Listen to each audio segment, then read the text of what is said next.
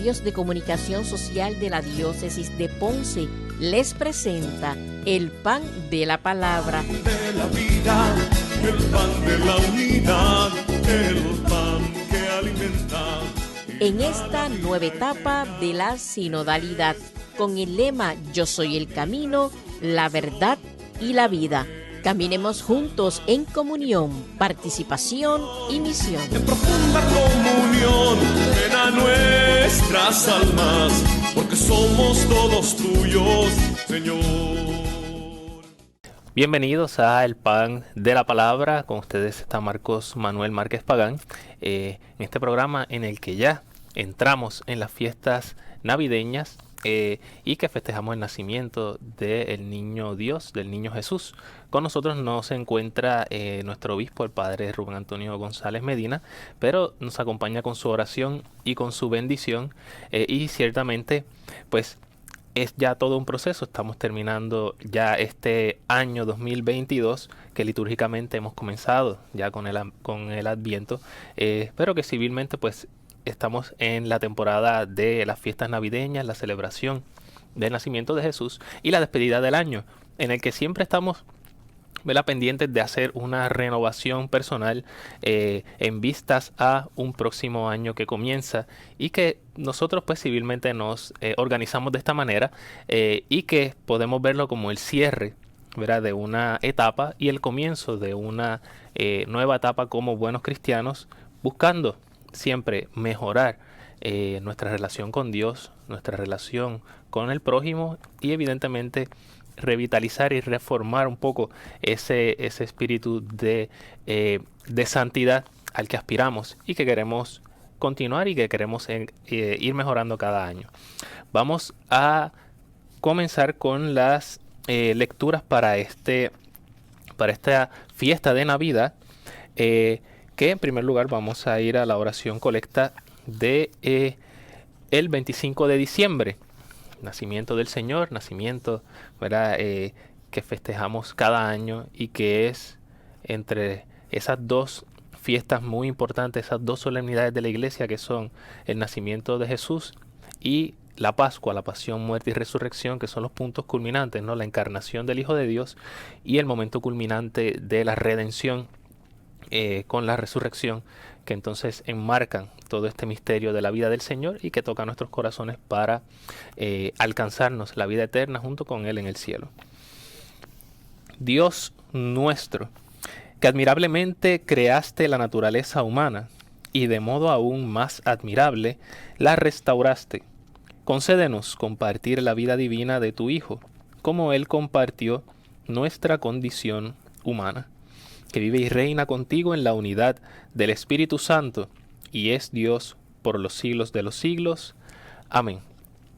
Esta oración, como hemos escuchado, prácticamente lo que hace es crear conciencia de que somos creados a imagen y semejanza de Dios, y no tan solo eso, sino que nuestra misma naturaleza humana tiene en sí misma, dada por parte de Dios, una capacidad de poder acoger, de poder en libertad recibir el don de Dios, la gracia de Dios, y precisamente por tener eso en esta misma naturaleza podemos reconocer también que la encarnación del Hijo de Dios se da, aunque sí de una manera extraordinaria, en una naturaleza que sí, al ser creada por Dios de esta misma manera, pues puede recibirlo y puede darse este diálogo y este encuentro de Dios con el ser humano. Y comienza reconociendo que Dios es nuestro como comunidad, no solo como individuos, sino formamos parte de una comunidad de la Iglesia, y decimos a Dios que admirablemente creaste la naturaleza humana, de una manera admirable, ¿verdad?, porque ciertamente nuestra naturaleza humana que ha permanecido, ¿verdad?, por tantos siglos, y que reconocemos que es Dios el que la ha creado, no es simplemente fruto del azar, ni es tampoco parte de una evolución meramente material, sino que Dios ha intervenido en la creación del ser humano, y de modo más aún más admirable la restauraste, es decir, la redimió, ¿verdad? Sabemos que el mismo hecho de que el Señor se haya encarnado, ha llegado en este día de Navidad, en esa criatura, en ese bebé, en ese ser humano pequeñito. Adoramos la realidad de Dios. Es algo tan o aún más admirable que el mismo hecho de la creación del ser humano.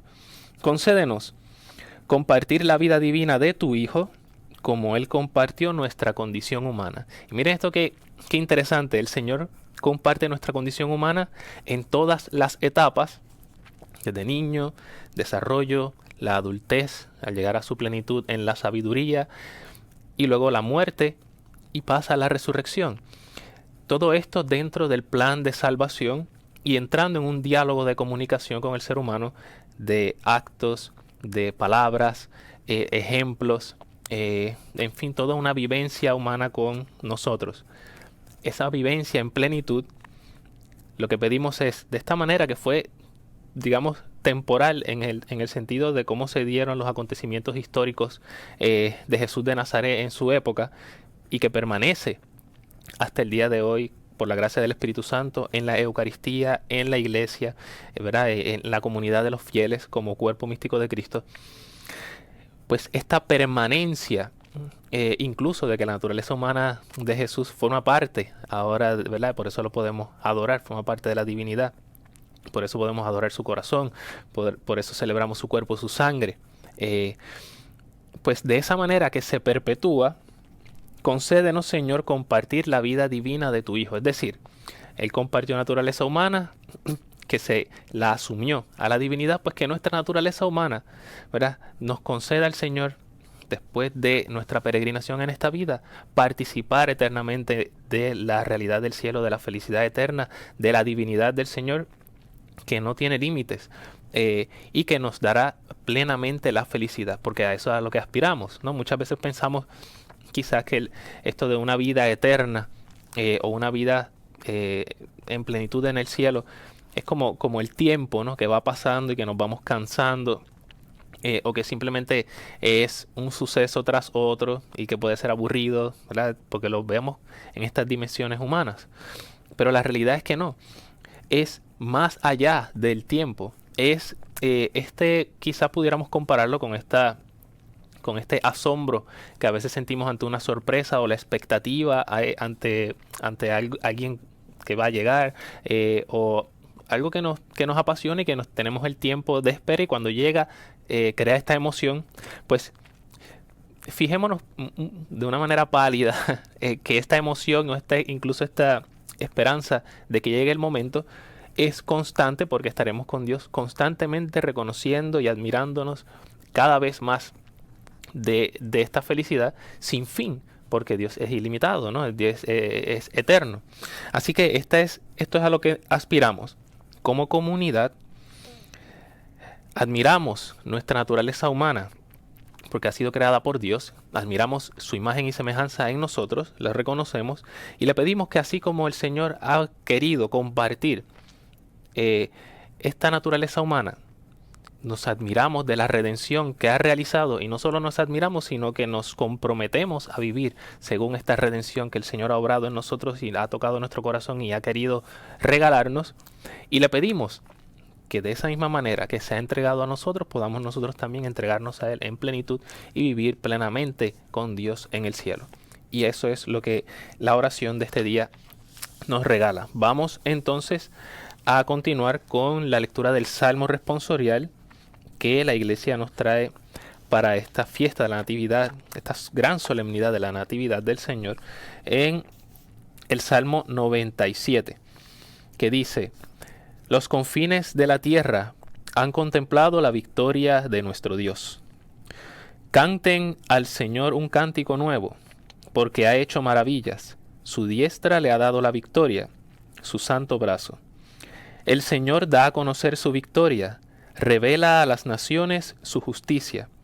Se acordó de su misericordia y su fidelidad en favor de la casa de Israel. Los confines de la tierra han contemplado la victoria de nuestro Dios. Aclama al Señor, tierra entera. Griten, vitoreen, toquen. Tañan la cítara para el Señor, suenen los instrumentos, con clarines y al son de trompetas. aclamen al Rey y Señor. Los confines de la tierra han contemplado la victoria de nuestro Dios.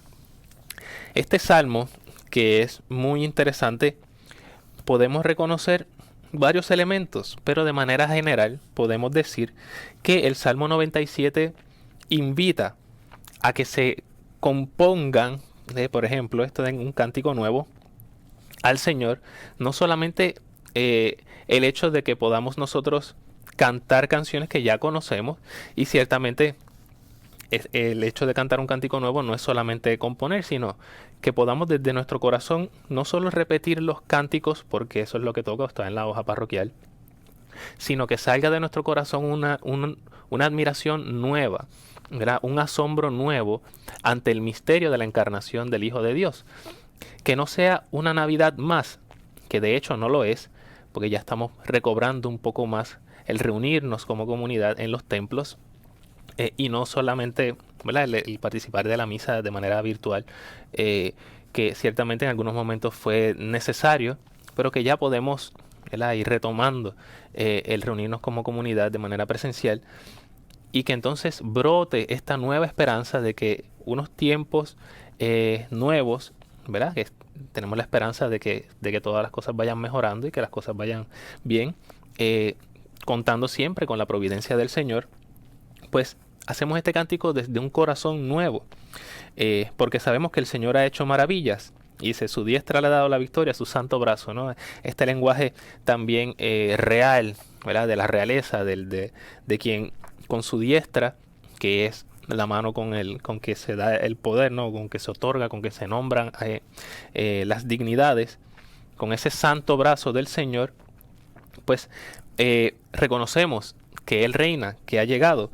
Y además es interesante porque el resto del Salmo invita a cantar un cántico nuevo al Señor, porque reconoce la realeza de Dios, ¿verdad?, que Dios es el que gobierna en el pueblo, y que reina en nuestros corazones, pero no a la manera de cualquier gobernante que pueda aprovecharse de la situación para sí mismo, sino como quien se da, como quien sirve, como quien está de todo corazón plenamente al servicio de los demás, y que reconoce las necesidades de los demás, los más pobres, los más necesitados, y está allí para servirle. Hacemos una pausa y continuamos en breve.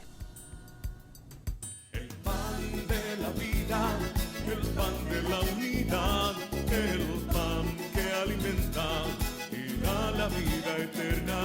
Eres Jesús. Profunda comunión llena nuestras almas, porque somos todos tuyos, Señor. Continuamos con el pan de la palabra, celebrando esta solemnidad del nacimiento del Señor, que hacemos referencia, ¿no?, del 25 de diciembre, que estamos, ¿verdad?, de manera comunitaria festejando este gran acontecimiento para la iglesia, para la humanidad, en donde se da un misterio inmenso en un cuerpo pequeñito, en un bebé, que es el niño Jesús, y que llegará al culmen de la redención en la pasión, muerte y resurrección, que entonces el misterio pascual encierra toda esta realidad de la historia de la salvación, de nuestra redención. Comentábamos en la oración colecta que pedíamos al Señor que, admirando el hecho de que hemos sido creados por Él y que hemos sido con una mayor admiración redimidos, que nos conceda participar en la naturaleza divina, así como Él participó de nuestra naturaleza humana, ¿no? Litúrgicamente, si observamos también en la Eucaristía, podemos ver que se da un poco este signo para reconocer esta participación de la naturaleza humana, de nuestra naturaleza humana en la divina, precisamente por el Señor haber participado desde su naturaleza humana de tu naturaleza divina en nuestra naturaleza humana, cuando el sacerdote echa el agua dentro del vino, unas gotas de agua en el vino, ¿no?, y hace esta misma oración, ¿verdad?, que así aquel que se dignó participar en la naturaleza humana nos haga partícipes a nosotros de su naturaleza divina. Continuamos con esta lectura orante de la palabra con el Salmo 97, salmo que hace un énfasis en cómo el Señor y se invita a la comunidad a hacer un cántico nuevo, ciertamente componer piezas nuevas y también a que los cánticos que ya conocemos los hagamos desde un corazón nuevo, un corazón renovado, que se asombra ante la realidad de Dios, que todo el tiempo tiene algo que presentarnos con una novedad siempre nueva, con una juventud siempre nueva. Y continúa el Salmo diciendo: el Señor da a conocer su victoria, revela a las naciones su justicia. Interesante, porque cuando reconocemos que Dios es el que reina tanto en nuestros corazones como en nuestra vida social, ¿verdad? Porque es parte de esto también, no solamente somos cristianos dentro de la iglesia, dentro del templo y con los nuestros, sino que también somos testimonio cristiano fuera. Y incluso hasta es más importante, ¿no? Porque sabemos que el culto y la reunión en comunidad siempre lo hacemos como una manifestación de esa santidad, justicia, justicia como bien común, caridad, amor fraterno, subsidiariedad y todas estas realidades que debemos vivir como cristianos en el mundo. Y el culto al Señor es simplemente una manifestación de todo eso recogido para que en nuestra adoración y en nuestra aclamación al Señor también recibamos, ¿verdad?, la gracia necesaria, sobre todo Jesucristo mismo en la Eucaristía, para seguir continuando esta labor del reino de Dios en el mundo, ¿verdad?, haciendo testimonio no por nuestras fuerzas, sino porque el Señor nos ha dado esa gracia y queremos nosotros responder responsablemente a esta gracia que nos ha dado. Este dar a conocer también se da en nuestras vidas, pero no es dar a conocer su victoria y su justicia a las naciones como con ejércitos, con violencia, con imposición, sino que da aquí la clave de cómo se realiza esto. Se acordó de su misericordia y su fidelidad en favor de la casa de Israel.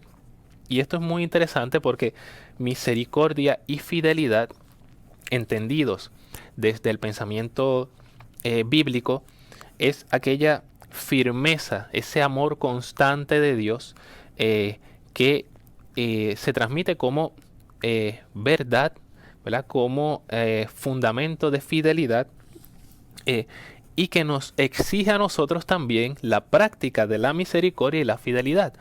Volvemos otra vez a esta reflexión que hacía la oración colecta de la naturaleza divina. Dios participa en la naturaleza humana, por lo tanto, cuando le pedimos que nosotros participemos de su naturaleza divina, tenemos que responder de alguna manera participando ya de lo que sería esa naturaleza divina. ¿Y cuál es la naturaleza divina? El Señor da a conocer su victoria, se acordó de su misericordia y su fidelidad en favor de la casa de Israel. Por lo tanto, si el Señor hace eso con nosotros, nosotros tenemos que también hacer eso en el mundo y hacerlo real. Misericordia y fidelidad.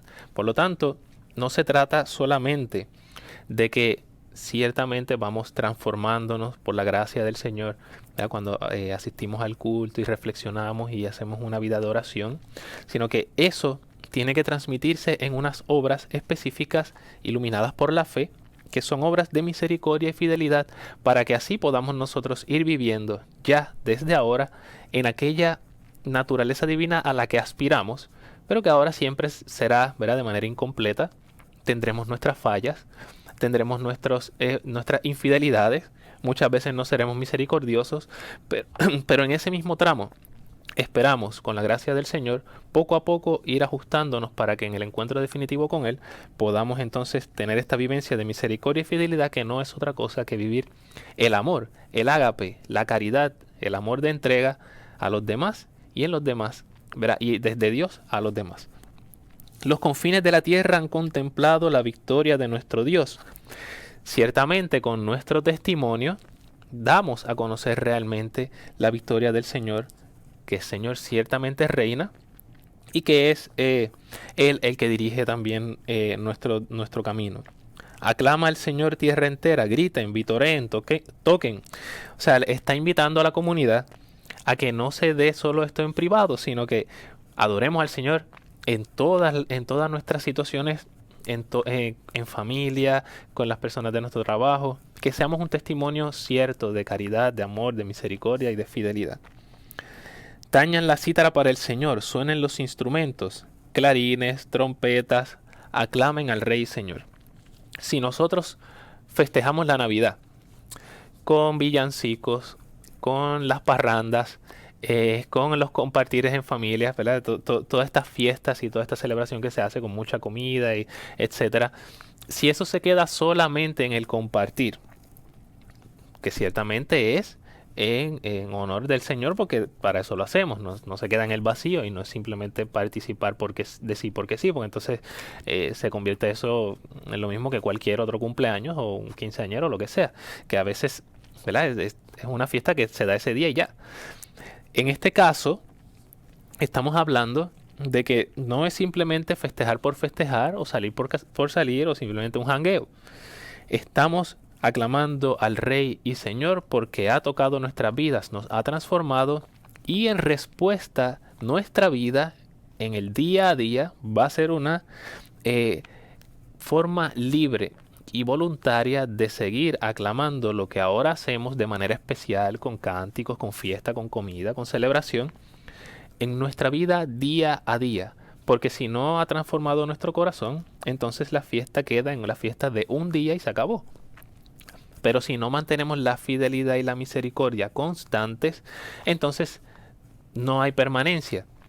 Recordemos, el Señor participó de nuestra naturaleza humana, se encarnó, se hizo bebé, hizo todo el proceso del desarrollo humano, llegada a la plenitud de la sabiduría de su adultez, muere, resucita, sube al cielo, nos acompaña con su espíritu. Por lo tanto, hay todo un compromiso de acompañamiento, de estar junto a nosotros siempre.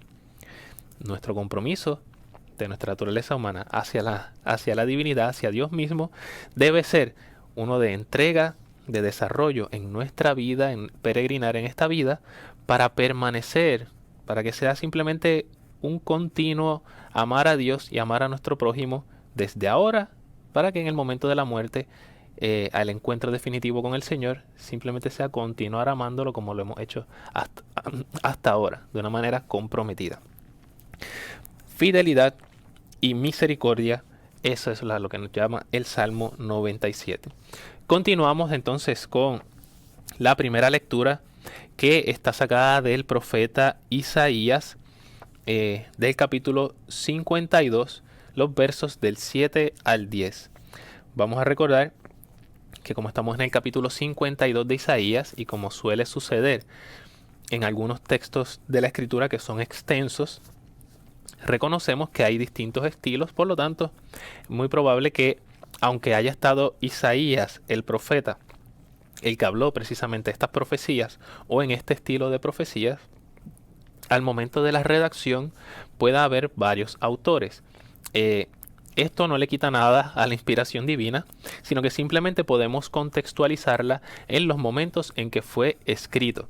Recordemos que la Biblia no cae del cielo, pero sí ciertamente es palabra de Dios. Ha sido inspirada por Dios en un contexto específico, con un talento y unos dones específicos que tenía cada autor, y que se va a redactar dentro de un estilo de pensamiento, y recordando que no se hacía en español, sino en su idioma particular, en este caso en hebreo, y que el capítulo 52 se tienen varias teorías. Una de la del deutero Isaías, o sea, un discípulo o alguien escritor de esa época que seguía en la escuela del profeta Isaías, como se podía desarrollar en algunos profetas, o también que es una escuela sacerdotal dentro del templo, o escuela sacerdotal en la restauración del templo de Israel cuando se regresa del destierro de Babilonia en el siglo VI para séptimo para sexto el tiempo del pueblo de Israel. Incluso hasta siglo V se puede hablar, ¿verdad? Son distintos periodos que son muy cercanos. Vamos a leer entonces la lectura del libro del profeta Isaías, capítulo 52, versos del 7 al 10. Qué hermosos son sobre los montes los pies del mensajero que anuncia la paz, que trae la buena nueva, que pregona la victoria, que dice a Sión, tu Dios es rey. Escucha, tus vigías gritan, cantan a coro, porque ven cara a cara al Señor que vuelve a Sión. Rompan a cantar a coro, ruinas de Jerusalén, que el Señor consuela a su pueblo, rescata a Jerusalén. El Señor desnuda su santo brazo a la vista de todas las naciones, y verán los confines de la tierra la victoria de nuestro Dios. Palabra de Dios, te alabamos, Señor. Y vamos a comentar esta escritura en el próximo segmento. El pan de la unidad, el pan que alimenta y da la vida eterna. Profunda comunión llena nuestras almas, porque somos todos tuyos, Señor. Seguimos en esta lectura del profeta Isaías, que en esta solemnidad de la Natividad del Señor, pues podemos ir profundizando y que reconocemos que en el contexto histórico que se da el profeta Isaías, vemos cómo es cuando se regresa al templo de Jerusalén, todo en ruinas, todo devastado, pero con la esperanza de que se va a dar, el Señor reina sobre las naciones, el Señor se manifiesta sobre las naciones, a pesar de la dificultad, a pesar de la ruina, a pesar de que hay un sentido de desesperanza, hay una esperanza que brilla, y es la de que el Señor va a manifestarse de alguna manera. En el pueblo de Israel vemos que ellos siempre hacen alusión a los acontecimientos del pasado. Nosotros reconocemos en Cristo que se da dentro de la inhospitalidad del tiempo de un censo, de nacer en un lugar pobre y de estar fuera de su casa, ¿verdad? Porque peregrinan de Nazaret hasta Belén para poder entonces inscribirse en el censo. Y se da este nacimiento de una manera extraordinaria, de una manera increíble, donde Dios da a conocer su victoria, pero no en el sentido como lo esperaban quizás algunos, de un brazo fuerte, político, violento, sino en la inocencia, en la fragilidad de un bebé. Y miren qué interesante, profeta Isaías que dice, qué hermosos son sobre los montes los pies del mensajero que anuncia la paz, que trae la buena nueva, que pregona la victoria, que dice a Sión, tu Dios es rey. Bien interesante, como dice, lo hermosos son sobre los montes los pies del mensajero. Es como, ¿verdad? Si están en el monte y el mensajero tiene que pasar por muchos lugares, pues los pies no van a llegar tan bonitos, nada, ¿verdad? Va a llegar feo, todo sucio. Pero como trae una noticia de esperanza, no importa lo que haya atravesado, lo que haya tenido que sufrir para llegar a traer un gran mensaje, se alaba a toda la persona, ¿no? Y hasta los pies que lo trajeron, ¿verdad? Porque fueron instrumentos de traer mensaje de la salvación. Y le dice a Sión, tu Dios es rey, ¿verdad? Ustedes pongamos el contexto para hacer toda la lectura orante de la palabra completa. Llega el pueblo ya de Judá, entonces pasan a llamarse judíos, ¿verdad? Porque es la última tribu que sobrevivió el destierro de Babilonia. Llegan a su tierra, que políticamente no es su tierra, sería del imperio persa. El templo destruido, todo destrozado, las tribus esparcidas, muchos de ellos mezclados entre otros pueblos, que serán luego el origen de los samaritanos. Y entonces llega de alguna manera un mensajero, profeta, el pueblo que se va organizando, y le dice a Sión, que sería el pueblo, tu Dios es rey, ¿verdad? Tu Dios reina a pesar de todo esto. Dios está con el pueblo, Dios restaura al pueblo y se da una nueva luz de esperanza. Y se espera que a pesar de toda esa dificultad, se den acontecimientos en los que el Señor dé a conocer a todo el mundo que Dios está en el pueblo, que Él mismo lo defiende, que Él mismo está allí. No sabían cuándo iba a ser, no sabían cómo se iba a realizar, pero quedaba esa esperanza. Interesante cuando se da esto, ¿no? Cuando nosotros podemos reconocer un mensaje de esperanza aún en las dificultades que podemos tener, y que a eso es a lo que nos llama el Señor como cristianos, brindar un mensaje de esperanza, siempre con la fidelidad al Evangelio, la fidelidad a la verdad, y siendo misericordiosos y fieles al Señor. Dice, rompan a cantar a coro en medio de las ruinas. ciertamente dice, ruinas de Jerusalén. O sea, ¿cómo tú le dices a las ruinas que canten cuando todo está destruido? Que el Señor consuela a su pueblo, rescata a Jerusalén. El Señor desnuda su santo brazo a la vista de todas las naciones, y verán los confines de la tierra la victoria de nuestro Dios. Aun cuando el profeta Isaías, ¿verdad? O los autores o el autor en este capítulo 52, trae un mensaje de esperanza, siempre queda un poco de esa visión política o violenta, ¿verdad? Teniendo en cuenta, dice, cómo desnuda su brazo, ¿verdad? Como quien dice, como que se prepara para pelear. Y dice, hasta los confines de la tierra verán la victoria de nuestro Dios. No es como que estamos en ruinas, pero estos se van a enterar de lo que va a hacer el Señor. Ciertamente es una forma también de llamar la atención a este nacionalismo propio del pueblo, ¿no? De que como ellos ven que otros imperios y otros reinos imponen respeto por su ejército, porque están bien organizados, porque tienen sus ciudades bien establecidas, sus edificios, pues ellos entienden que también al hacer esto pues será lo mismo. Pero también se da, y los profetas tendrán que ir corrigiendo esto, no es solamente lo externo, sino desde el interior, y ya todo lo demás, incluso el culto, será manifestación de la justicia, de la santidad, del amor, de la misericordia, de la fidelidad que se da en la atención a las necesidades propias del pueblo. Y por eso se manifiesta el pueblo con alegría, porque reconocen que el Señor llega, y aunque esté en ruinas, sea algo humilde, simple, sencillo, reconocen que el Señor está allí. Y esto es lo que hicieron los primeros cristianos al celebrar también la Navidad y reconocer que Dios se manifestó ante un imperio como el Imperio Romano, en el siglo I, que pudiera haber sido quizá exitosa, una revelación, ¿verdad?, dentro del pueblo de Israel hacia el imperio. Un poco difícil, pero sí podía ser posible. ¿Qué puede ser? Pero Dios no se manifestó de esa forma. Su manifestación dentro de la debilidad, dentro de lo que pudiera parecer menos importante, un niño, un bebé que se desarrolla naturalmente como cualquier otra persona en un pueblo con una cultura, con un idioma, un pueblo que estaba oprimido, un pueblo que estaba siendo abusado. De ahí el Señor nos regala lo más grande que hemos podido tener en la historia de la humanidad, la salvación, la redención, la oportunidad de poder participar de la divinidad junto con Él, porque Él se ha dignado de participar en nuestra naturaleza humana.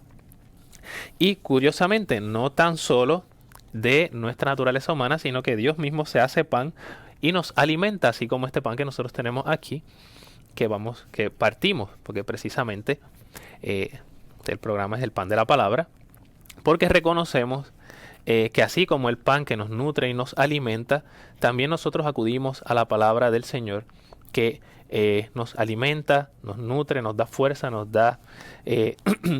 anima a continuar en el camino, y que tiene este signo de ser como la Eucaristía, ¿no? Dios mismo se hace ser humano y no tan solo se conforma con esa entrega, sino que se hace lo que parece una forma de pan, que sabemos que es el cuerpo y la sangre del Señor vivo en la Eucaristía.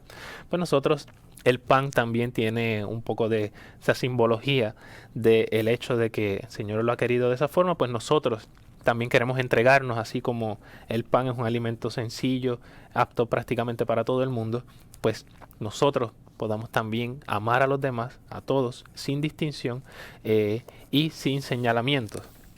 Vamos entonces a acudir al pan de la palabra del Evangelio de esta solemnidad de la Natividad del Señor, que está tomado del Evangelio según San Juan, en el capítulo 1, versos del 1 al 18, comúnmente conocido como el prólogo de San Juan. En el principio ya existía la palabra, y la palabra estaba junto a Dios, y la palabra era Dios. La palabra en el principio estaba junto a Dios. Por medio de la palabra se hizo todo, y sin ella no se hizo nada de lo que se ha hecho. En la palabra había vida, y la vida era la luz de los hombres. La luz brilla en las tinieblas, y las tinieblas no las recibieron. Surgió un hombre enviado por Dios que se llamaba Juan. Este venía como testigo para dar testimonio de la luz, para que por él todos vinieran a la fe. No era él la luz, sino testigo de la luz. La palabra era la luz verdadera, que alumbra a todo hombre. Al mundo vino, y en el mundo estaba. El mundo se hizo por medio de ella, y el mundo no la conoció. Vino a su casa, y los suyos no la recibieron. Pero a cuantos la recibieron les da poder para ser hijos de Dios, si creen en su nombre. Estos no han nacido de sangre, ni de amor carnal, ni de amor humano, sino de Dios. Y la palabra se hizo carne, y acampó entre nosotros. Y hemos contemplado su gloria, gloria propia del Hijo único, del Padre, lleno de gracia y de verdad.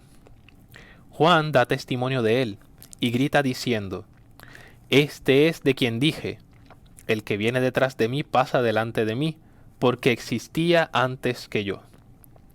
Pues de su plenitud todos hemos recibido gracia tras gracia, porque la ley se dio por medio de Moisés. La gracia y la verdad vinieron por medio de Jesucristo. A Dios nadie lo ha visto jamás. Dios Hijo único, que está en el seno del Padre, es quien lo ha dado a conocer. Palabra del Señor. Gloria a ti, Señor Jesús. Ciertamente este texto es, además de que es bastante extenso en estos 18 versos, está lleno del sentido propiamente teológico de todo el Evangelio de Juan. Recordemos que cuando se hace algún trabajo o se escribe algún libro, la introducción o incluso la presentación que pueda hacer algún otro autor se hace después que se ha terminado la obra. Por lo tanto, esto que conocemos como el prólogo de San Juan, yendo estrictamente al texto, es muy probable que haya sido lo último que escribió. Entonces, es como un resumen para decir qué es lo que contiene el libro, qué contiene el Evangelio de Juan y cuál es la intención que quiere darnos con este texto. Recordemos que el Evangelio de Marcos, Mateo y Lucas, que los conocemos como los sinópticos porque contienen prácticamente las mismas, casi las mismas narraciones, aunque algunos tienen alguna originalidad dependiendo de cuál sea la comunidad a la que está destinada, el estilo que escribieron, las personas con quienes dialogaron, en fin, las fuentes que utilizaron. El Evangelio de Juan está escrito de tal forma que Juan establece los acontecimientos que él mismo presenció y que también él mismo reconoce haber interpretado, ¿verdad?, desde a la luz del tiempo que vivió con Jesús, y que también Jesús mismo le dio la interpretación de las cosas que él mismo dijo. Pero esto lo vamos a continuar en el próximo segmento. De la vida, el pan de la unidad, el pan que alimenta. En profunda comunión, ven a nuestras almas, porque somos todos tuyos, Señor.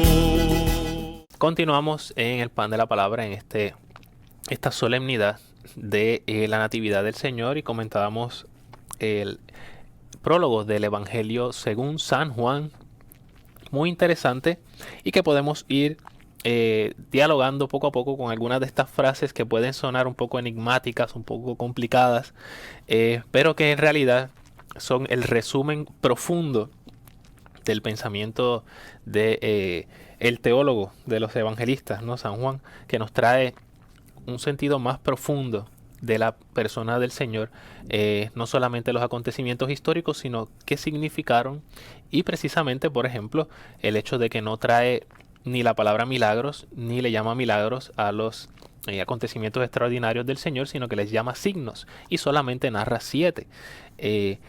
Y por eso, ¿verdad?, reconocemos una intencionalidad. Y el mismo hecho, por ejemplo, también de que en la parte de la Eucaristía no narra la institución de la Eucaristía, porque ya los otros evangelistas y la tradición paulina la tenía y se venía viviendo, por lo tanto no lo consideró, digamos, necesario. Sí nos trae unos detalles muy enriquecedores, que es el discurso o el discurso sacerdotal que trae, ¿verdad? En esos últimos capítulos del Evangelio de Juan. Vamos entonces a comentar el comienzo de este prólogo. En el principio ya existía la palabra, y la palabra estaba junto a Dios, y la palabra era Dios, y la palabra en el principio estaba junto a Dios. ¿Verdad? En este caso, ¿verdad?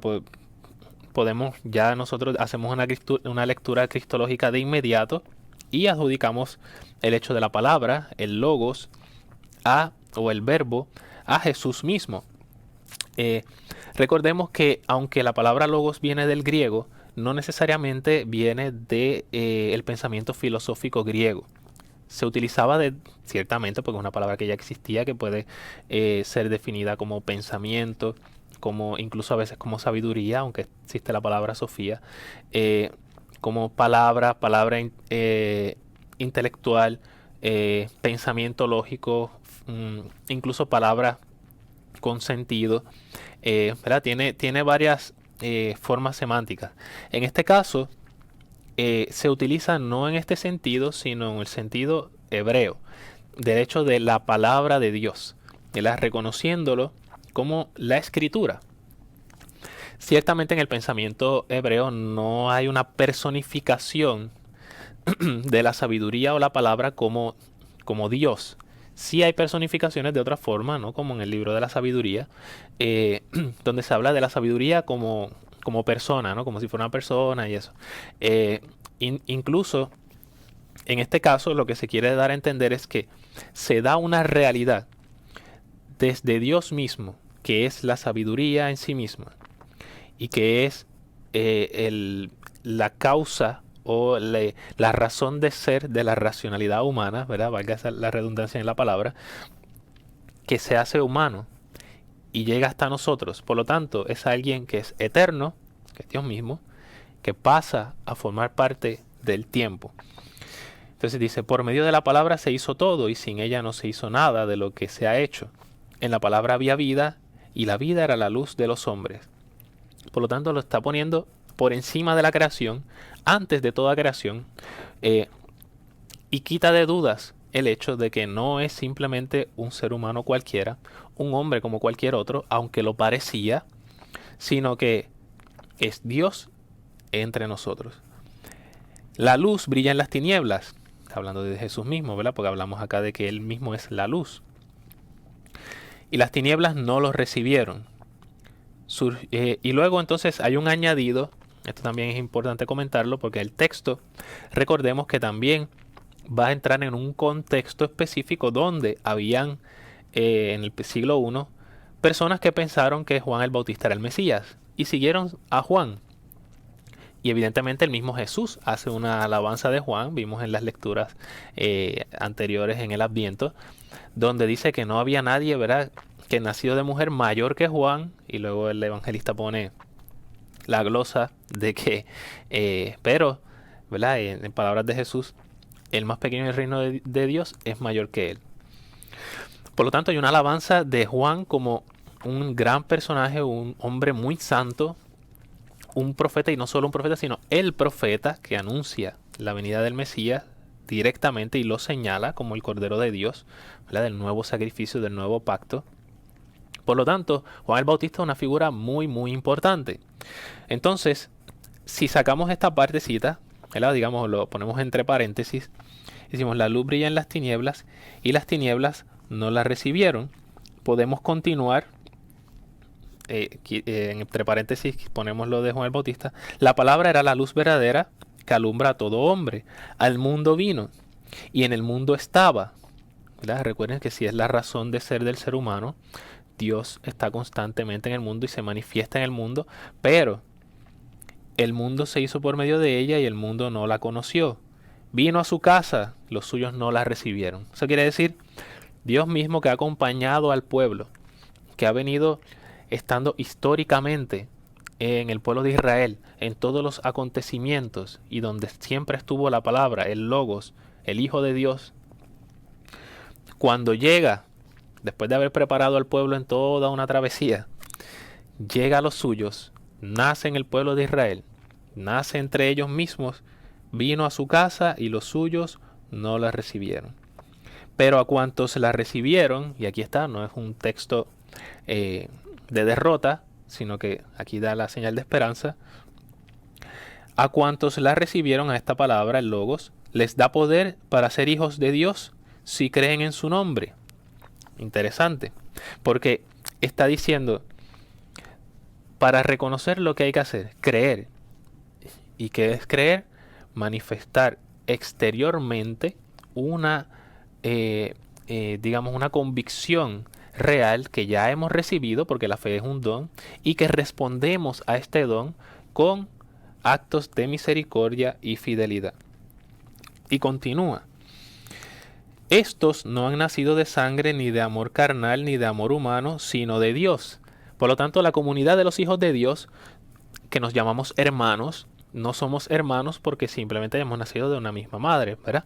En el plano humano, sino que somos hermanos por la gracia de Dios, porque hemos sido, ¿verdad?, configurados con Cristo, y si somos todos hermanos con Cristo, somos hijos del Padre, ¿verdad? Por eso Jesús nos invita a llamar a Dios Padre. Por otro lado, este mismo texto aparece, ¿verdad?, según los estudiosos, que hay algunos manuscritos, algunos pergaminos donde aparece en singular y no en plural. Vamos a leerlo en singular a ver cómo queda.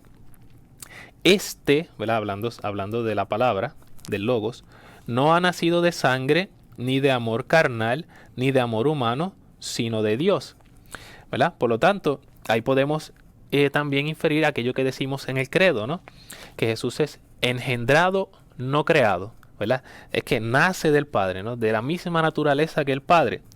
Por lo tanto, es interesante porque si decimos que no ha nacido de sangre, eso quiere decir que es eterno, y el hecho de haber nacido, que es la solemnidad que celebramos hoy, haber nacido en nuestra realidad, no de amor carnal ni de amor humano, porque también reconocemos que fue una encarnación en el seno de María Virgen, sin intervención de varón.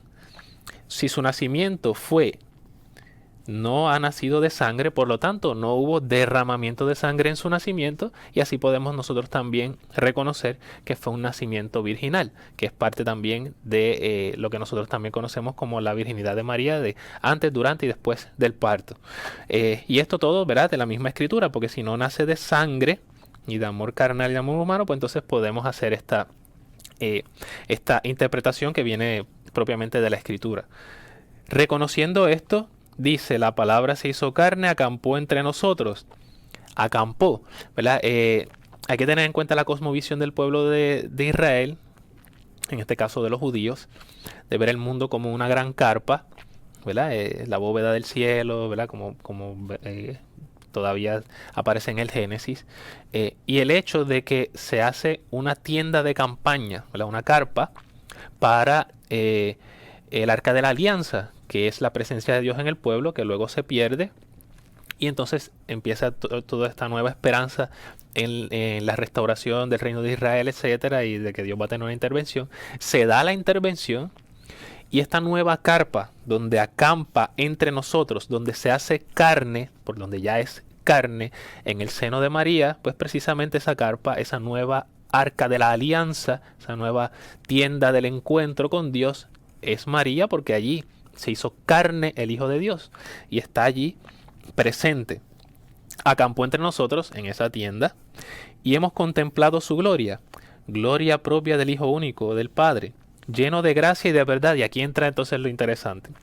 Gracia y verdad, como conceptos griegos de Haris y Aletheia, que son ciertamente propios de la cultura griega, son entendidos dentro del pueblo de Israel como la misericordia y la fidelidad que aparecen en el Antiguo Testamento o en las escrituras hebreas. Por lo tanto, si esta palabra, el Hijo único del Padre, está lleno de gracia y de verdad, estamos admitiendo que es Dios mismo, porque ¿quién más que está lleno de misericordia y fidelidad, que no sea Dios, y que nos invita a nosotros también a participar de la gracia y la verdad, es decir, de la misericordia y la fidelidad, porque la misericordia y la gracia es la participación en ese amor del Señor, y la fidelidad y verdad es la manifestación que nosotros tenemos de estar firmes en lo que creemos y de reconocer que Dios en su infinita misericordia y en su infinita gracia nos ha concedido, nos ha llamado, nos ha dado una vocación y nosotros respondemos. Dios ha querido donarse en una, una intención primera. Él ha tomado la iniciativa de encarnarse, de hacer este gran acontecimiento de la encarnación, de participar de nuestra naturaleza humana. ¿Y a qué nos invita? A que esa gracia y verdad, esa misericordia y fidelidad que ha compartido con nosotros, respondamos nosotros favorablemente también a esa gracia, viviendo una vida en la verdad, viviendo en fidelidad al Señor, renovando nuestro corazón en esta época de la Navidad. No queda tiempo para más, así que este es el que dejamos como asignación, poner el niñito Jesús en el nacimiento en familia y que esto pueda ser un acontecimiento de renovación espiritual para toda la familia, para cada uno de ustedes. Feliz Navidad y nos veremos en el próximo programa de El Pan de la Palabra. El pan de la unidad, el pan que alimenta. En esta nueva etapa de la sinodalidad, con el lema Yo soy el camino, la verdad y la vida. Caminemos juntos en comunión, participación y misión. En profunda comunión, ven a nuestras almas, porque somos todos tuyos, Señor.